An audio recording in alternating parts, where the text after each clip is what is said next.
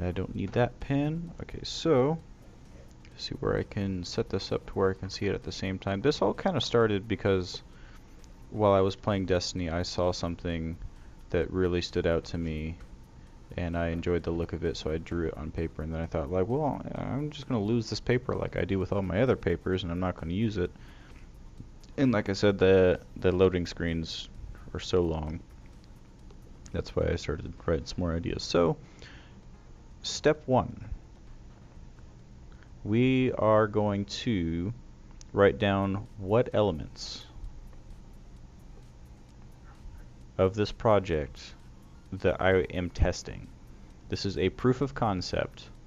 So what is the concept? And my concept is how to put these, not to use the word elements again, but the elements that I see from the shows that I watch, whether it be the story writing, the visuals, so story writing and visuals, into 3D is how I'm going to do that.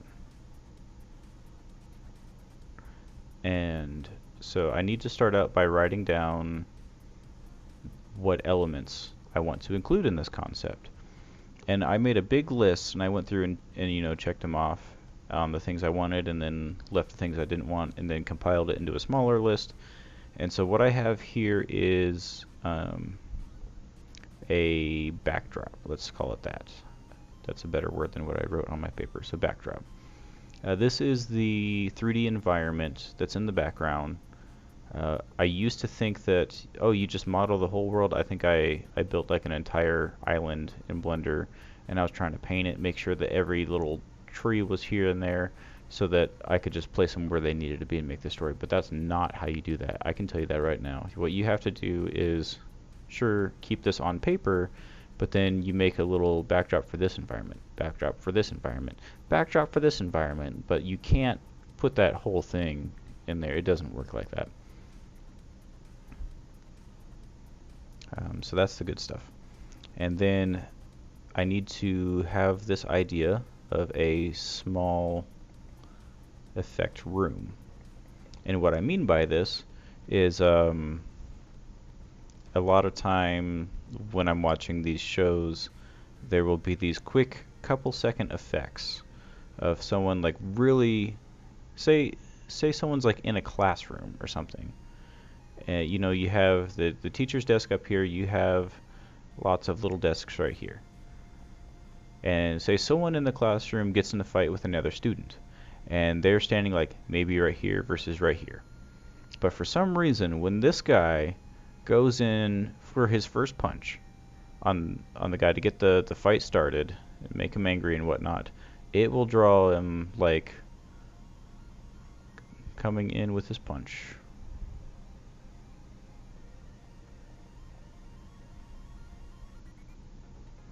I don't know, foot there, something, you know what's going on.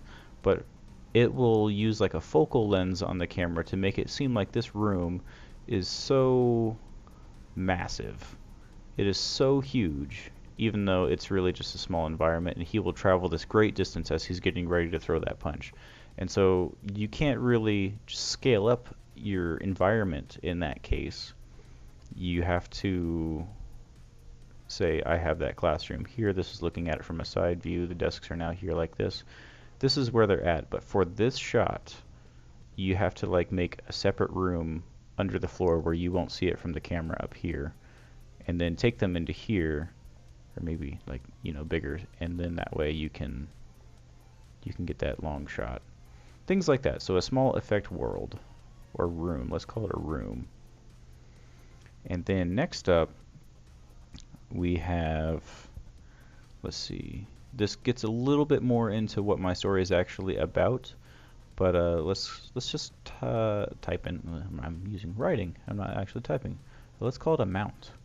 On my paper I have it written down as board and bike, because in this universe that I'm coming up with, the main mode of transportation, other than maybe magical items for teleporting, is a hoverboard, hover bike, and other things of the such. And again, I will come back to that with what the world is in just a moment. I want to use those action lines that I talked about. So action lines. See, it's easy to forget that, but action lines, you need those. They're very important. And then I need the focal lens shift, which is also what that is. I often in my animation forget to include that effect, but it is a very good effect to use.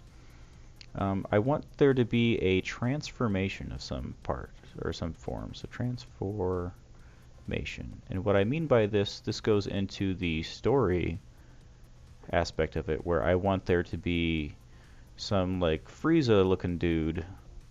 I don't want him to look like Frieza. Frieza's ugly. But the whole like this isn't even my final form kind of thing. I think I'm only going to include just one transformation, but something is going to almost work. Go back to the is it this layer? Turn this layer off. Go back to the I don't have it anymore. The failed plans thing that I mentioned earlier, where they tried something and it didn't work because you know the enemy evolved. And then the next one was actually failed plan, which is just what I was talking about. Look at that. I want to also include, let's see, a song. This comes from My Hero Academia. There is that "You Say Run" song that fits to almost any sort of action sequence you can imagine.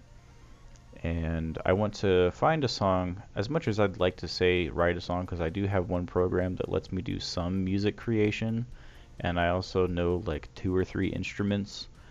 As much as I'd say I want to do that, I don't think I want to include that in the proof of concept. Like, the concept part here is using these.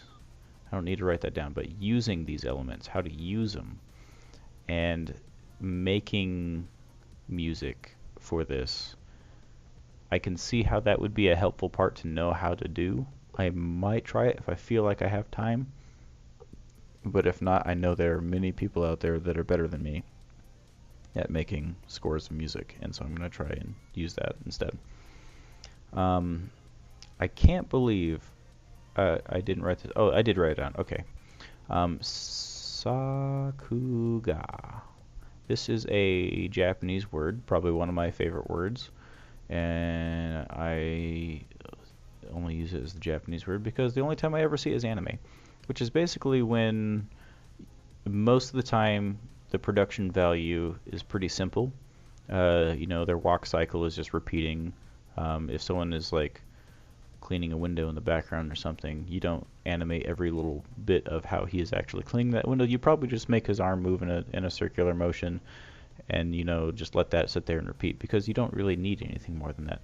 But then suddenly it comes down to the ending fight, and that's where you put all your time, all your effort into making every explosion look cool, all the rock debris fly in such a nice way. That is, as Giguk called it, the money shot.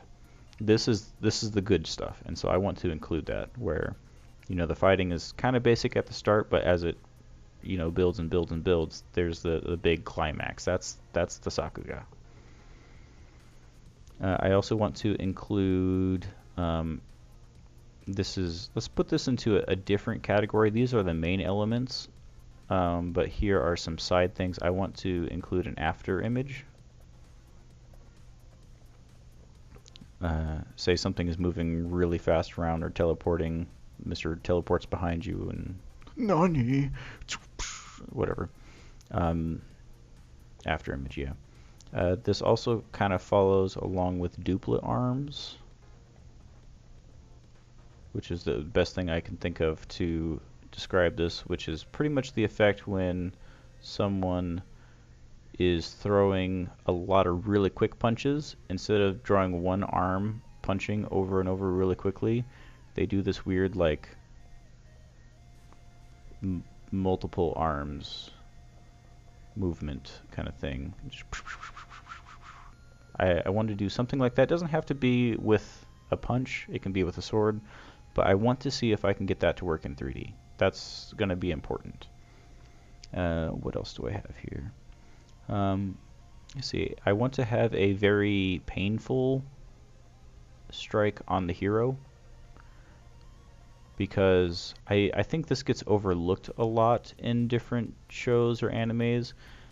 Future Colin editing this, see if you can find that 2-second clip of Deku being hit so hard he flies across the street and hits the ground, bounces off the ground, and hits a bus. Like,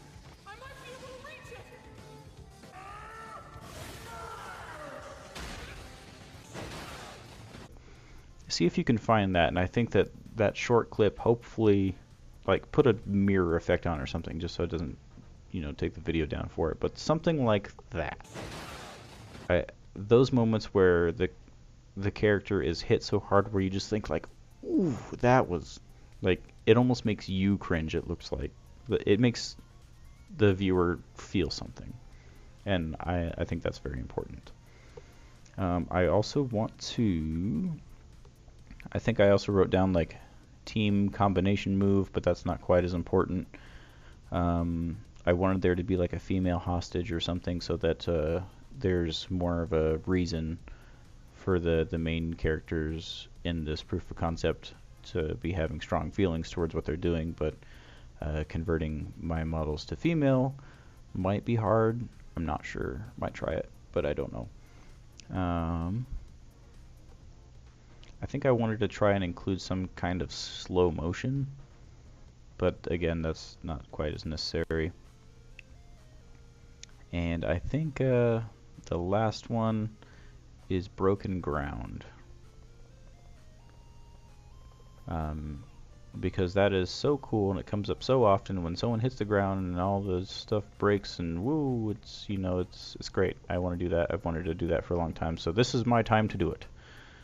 All right, so those are some elements that I want to include. So now, almost done here.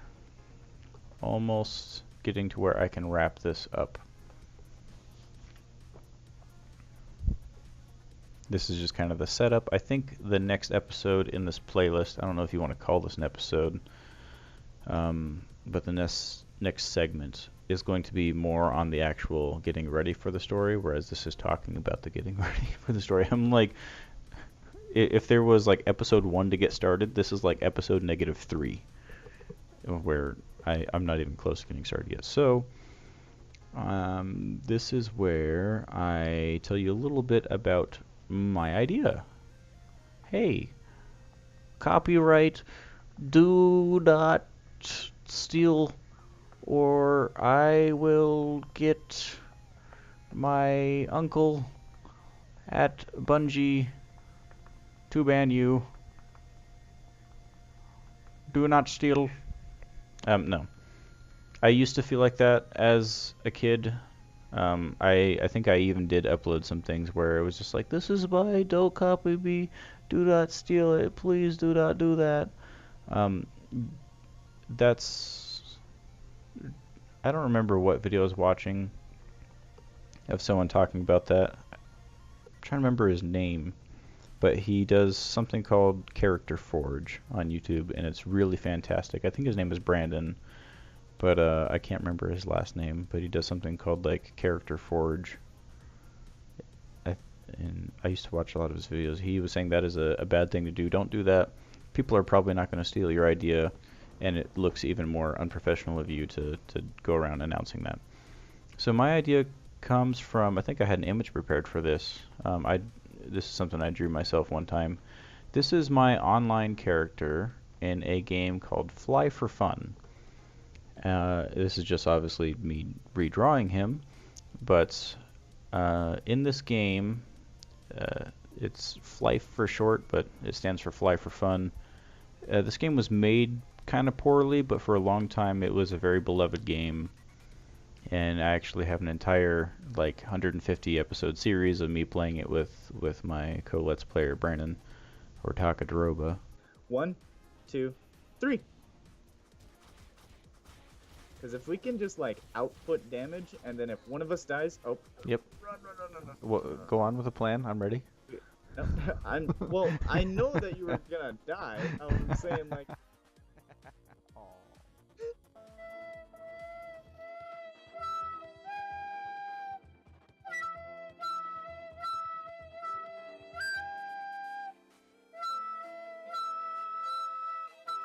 the guy from the Destiny clip a little while ago.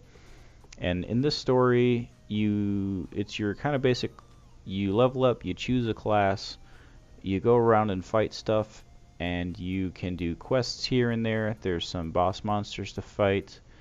As you level up, you get better armor, you get some skills and special attacks, buffs, you have health and HP to watch out for, you have food items, you get around with flying things, which in this game was wings, hoverboards, and hover bikes, which I thought was the coolest thing ever, and I am obsessed with them.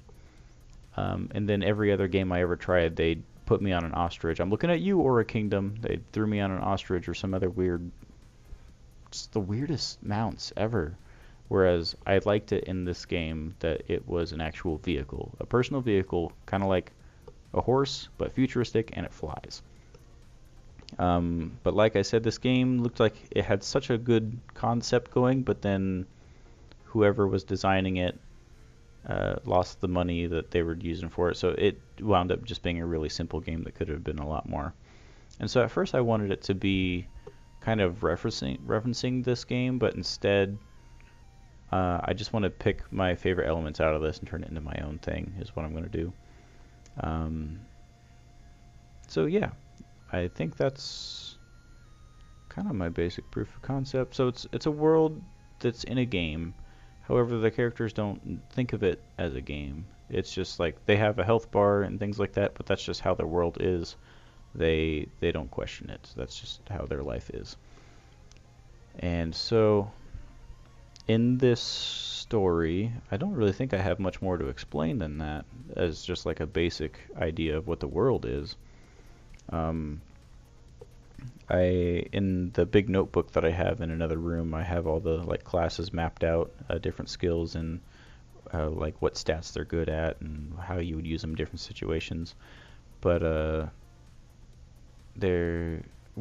here's what I'm going to do. So for this proof of concept story, I want there to be a knight class, the DPS class, which in that game was called Blade. He's tank. That should be flipped around. But and then I think I want there to be a third class in this proof of concept. It's kind of putting an extra workload on, because these two characters are the ones that are going through my mind most of the time.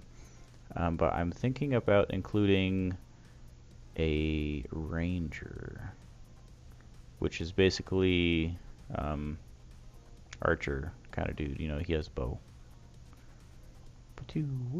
That guy. These are the classes that I want. It would make sense for me to include a healer, but what I'm going to do is, because that is the obvious choice for going through a dungeon, what's going to happen is, my idea so far is that the party in this dungeon was bigger than this. It was like 6 people, maybe 9 people, but for whatever reason this dungeon like split off into different directions, and they all had to go different ways. And so the healer, say there was 1 or 2 of them in this party, there was no way for each side to get their you know, fair share of the free heals and buffs and whatnot. And so they decide who goes which way. They think you have the glass cannon, you have the wall, and then you have kind of like a mid helper and someone that shoots from long range. And so they think like this is the best combination of people to survive without a healer. If anyone had to go without a healer, this is a good combination that can make it. And so that's why I'm choosing these classes. And so I know I want these two to be male characters. I can make this one a female. I think in my story it's going to be a female if I use a ranger character. I'm going to use multiple of each of the classes. There's more than this, by the way. But it might be hard to make my Blender character into a female. So it's probably going just to be another male, to be honest. And so the quest, which I'm not even sure if I need to show them starting the quest, because then I would have to include the other people, I guess. So I'm going to start this proof of concept just like halfway into the story. They're already in the dungeon. They're going. I'm not sure what they're going for, but I think I'm going to start out the first scene of them walking on like this bridge that's in this massive dungeon room, and it's just so deep that you can't see the floor. And then there's like walls and little sconces and stuff over here off in the distance as it gets darker and darker, and they're going to be walking this way. And on this little walk, they'll be speaking about what's going on to kind of fill in the person a little bit of what's going on. And then they are going to get to a room that has like a mini boss. And what I want this boss to be is like one of those kind of scary monsters that is very... Is that on my screen, or yeah, I drew that. It's one of those bosses that's going to be very agile, but very strong at the same time. Kind of like in zombie stories, there's like the strong zombie that's also fast, and it's just terrifying, like the Wendigos or something from Until Dawn. So they're going to get to a room with a boss. Sorry, I got a little bit distracted there. You know what? Actually, before they get to the boss room, how did they represent boss in Zelda games? It was pretty cool. I don't remember what the symbol was, but it was cool. Before they even get to the boss room, I think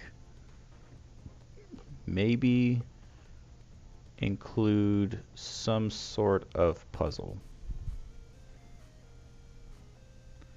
So they go into an area and they have to work through a puzzle. Maybe during this time I can better establish what the classes are. So say the ranger, which is actually the second class of the skill tree. Like you start out as a vagrant, you get your 4 basic ones, and then those branch off into others. It's really the second ones that are really cool, whereas the first beginning ones are not so great. In this game, rangers, before that class, they were called acrobats, which means they're good at jumping around and swinging on stuff and things like that. So maybe in this dungeon, he would have to grapple and swing around on things, get to different places, shoot something from one spot to open up an area for this guy. Maybe there's something that pops up in the middle of the room that they only have a certain amount of time to kill, and that's where the glass cannon DPS guy comes in, the blade, so that he can get through with that real quick. And then I'll find something to include a tank in there too. So maybe that thing pops up, puts out a lot of damage in one spot, say like at a button, and tank stands here, takes that damage, while Mr. DPS strikes from behind. And so that way it explains pretty well what what everyone's doing here. And then that unlocks the boss room. They go into the boss room. And I got this neat thing drawn on here. This is actually where it all started. It was while I was playing Destiny. I saw someone who was the hunter class. They had a hood on. They had the helmet of Knucklehead Radar, I believe it is called. It's one of my favorite exotic helmets, but it's a pretty weird helmet that displays this little reticle coming off of the face. So it's kind of like a target. If I draw like the front of the face, here's the hood going down like this. Here's where the eyes would be, but it's just appearing like right in front of them like this. But you can't see their eyes. So this thing doesn't really have a face, but it has this big eye looking thing floating on it. And they were running around with a quick fang sword, which puts the user in a pretty cool stance. And just the skinny guy with a cape from there. I promise you the drawing on my actual clipboard paper is much better than this. I liked just the shape of what I was seeing. This kind of skinny thing running at me, has no face, looks kind of scary, and it's got a sword in its hand, and it's moving really quick, and also sometimes in its other hand is carrying a pistol. I think it was the other weapon, which was kind of cool, but I don't know if I'm going to include that. So anyway, I just basically came up with a simple idea for a monster. Like, this sounds like, oh, you just took a human from Destiny, but no, I'm going to change it a little bit. It's going to be like a robot looking thing. It doesn't have a face. It has just a weird ominous like computerized eyeball looking around. I want it to have quick jittery movements so that it just adds the creepiness factor. It doesn't really make a lot of noise. I want it to not have actual feet, but just little stubs, so that it kind of emphasizes that this thing is really agile, moves around really quickly. It's going to be strong, fast, but it's not going to be too overly defensive, I think. And I think showing like the little tiny stubby feet for just moving around really fast kind of helps with that. It's going to have like a rapier type of weapon, and that's where the duplet arms effect from this other panel I showed will come in, because I think he's going to be swinging or stabbing at that sword really quickly.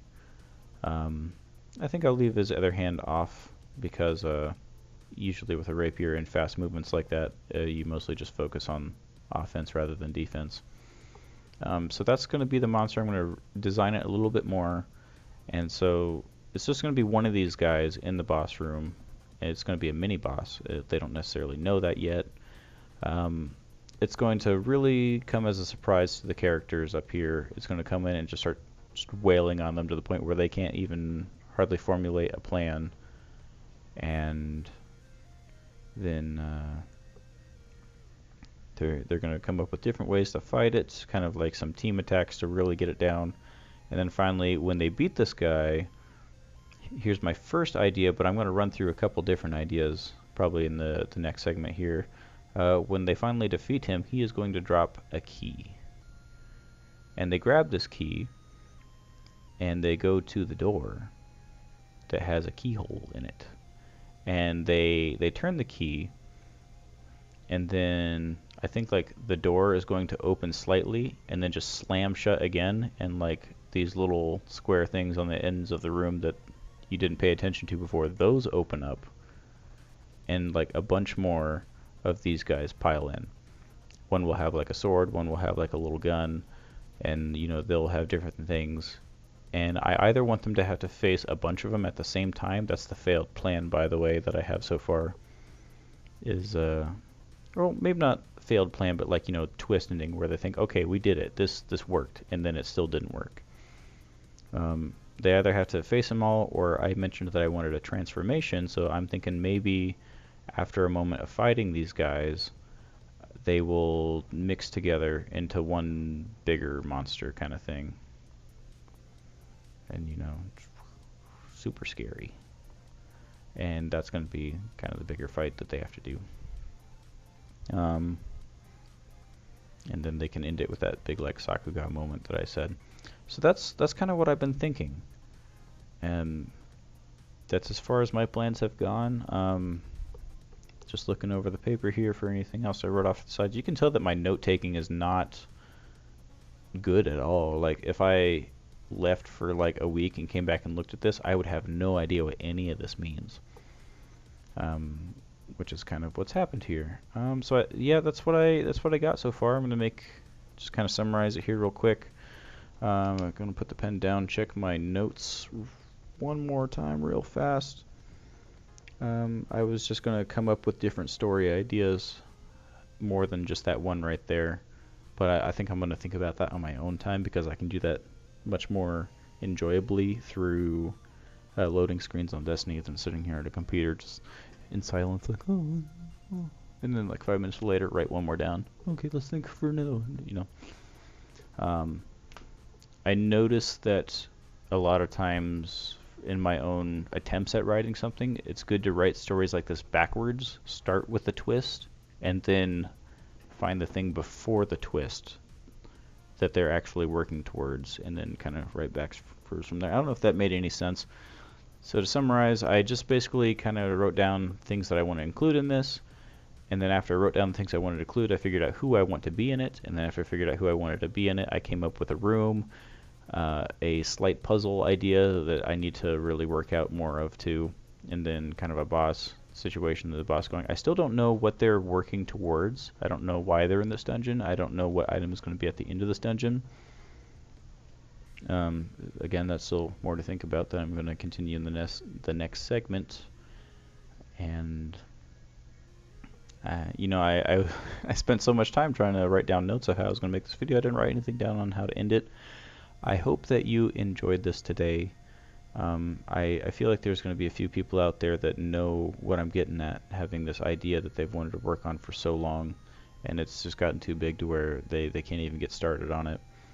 And that, like I said, they might be like me, where they've learned the programs, they might have made a character, but they never really went further than that because they just didn't know where to go from that. So I just decided I wanted to test it. I just wanted to make something simple and not the actual real thing. I just want to have an actual like product at the end and see what it looks like. Um, I think I probably would have gotten on this a little bit sooner if I had his face rig working to where he could talk kind of like my old character that I lost. Sleeping just comes so naturally to me. I mean, I could do it with my eyes closed. I hate these little Russian nesting dolls. I mean, they're so full of themselves.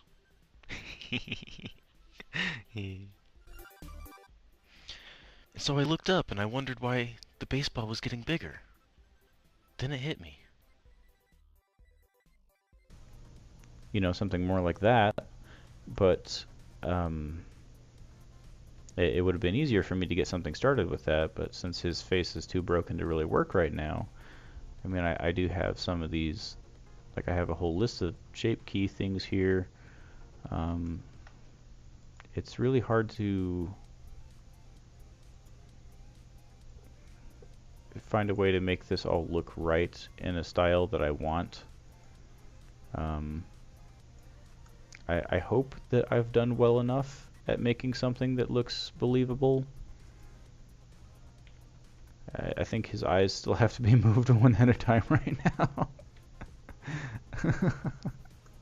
I feel like that a lot. Um, but, you know, once I get more into the story thing, I'll come through and really flesh this out and make it uh, more workable again. There we go. There we go. And I think that'll really be where this playlist gets to be a lot more fun, is when I'm actually... It's just better every time. Once I actually get to the point where you see me animating things or, you know, making characters, because I do have to come up with a few character ideas for this. That was the wrong way. Is it the wrong way? I don't know. Ooh. Herper So I thought I would just, you know, play around with this real quick so you can kind of see what's coming. Because, you know, all I did today was show you a bunch of stuff in Fire Alpaca, just a bunch of drawing. But eventually we are going to get to this point where you see me animating with things like this, building a room for them to get into, and then, you know, it's going to get there. So keep me working on it, make sure I don't give up on this, and I hope that we'll have a fun time with this together. Appreciate you tuning in today and giving the time, especially if you made it all the way through to the end of the video like this, because that was kind of a longer video than I thought it was going to be. So thanks for hopping on board, and I'll see you in the next one. Thank you so much.